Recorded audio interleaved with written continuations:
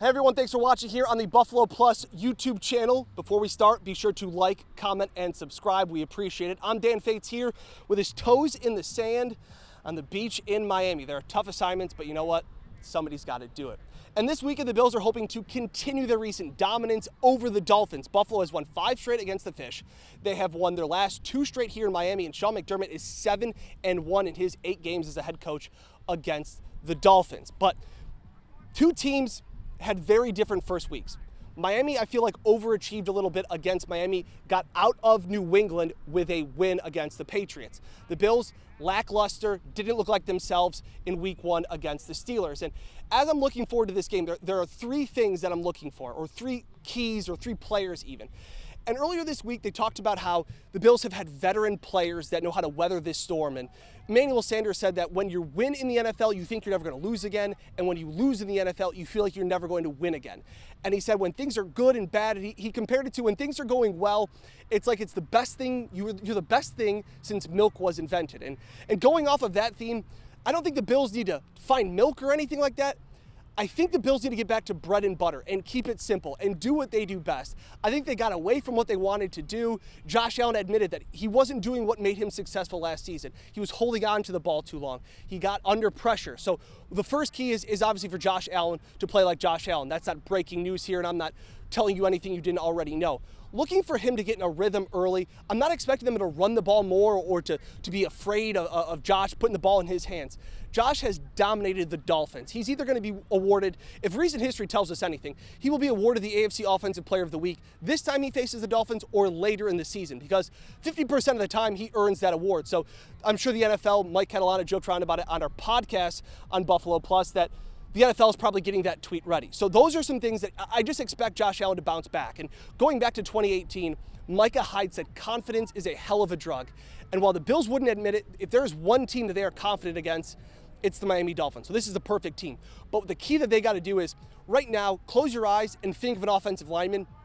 He needs to play better. The entire offensive line, from tackle to tackle, they need to be better. And I think they don't have to deal with Melvin Ingram. They don't have to deal with TJ Watt. They will have a better day. They will have a bounce back. It was a humbling experience against the Pittsburgh Steelers.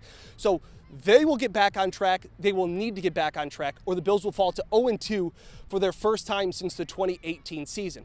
On the other side, they only sacked Ben Roethlisberger twice last week. And while all of this talk is about this defensive line for the Bills that is so improved, I don't think that's fair to say, and Leslie Frazier talks about that before the season, of sacks aren't the only thing that tell you if the defensive line is getting the job done. Ben Roethlisberger got the ball out of his hands super quick last week. That's what he does. Tua Tagovailoa is going to hold on to the ball more. I think the Bills' defense played really well last week. They only allowed 6 points going into the fourth quarter. There was a block punt, the swing of the momentum on the 4th down play. This is a game.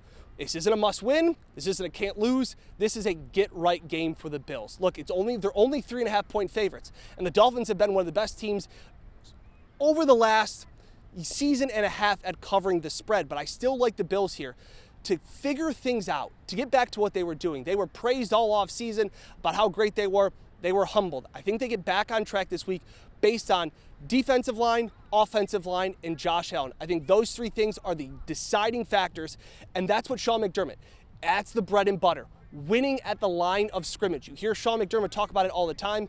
I thought the defensive line played better than expected last week. I thought the offensive line played worse than I was hoping for. So those things are going to be a factor. They won't have to deal with as much pressure up front. Josh Allen will have more time. He will find more of his receivers. So, everybody, enjoy the time here. I'm enjoying my toes here in the sand. Obviously, the Bills, big game. It's not a must-win. It's not a can't-lose.